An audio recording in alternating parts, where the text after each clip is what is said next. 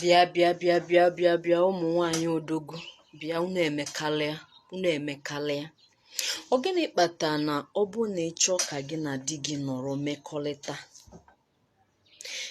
ibi ịgba nkịtị bete ịchọ ka gị na di gị nọ ịgba nkịtị si na ị na-edebe ugwu nwanyị you want to sleep with your husband like you need your husband by your side.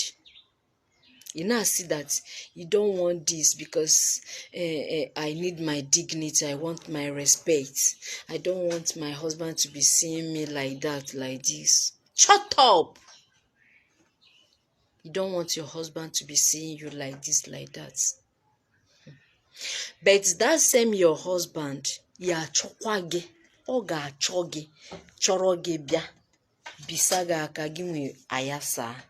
But mgbe gị nwa chọzi ịchọwazịa dignity and respect.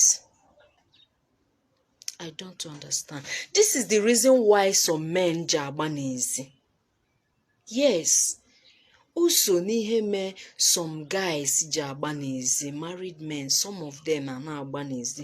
This is the cause of it. You are not being romantic to your husband. You are not being sexy to your husband. Oge ọbụla ị na-eme na-echegodi mgbe ọ betara gị aka iwe. Binye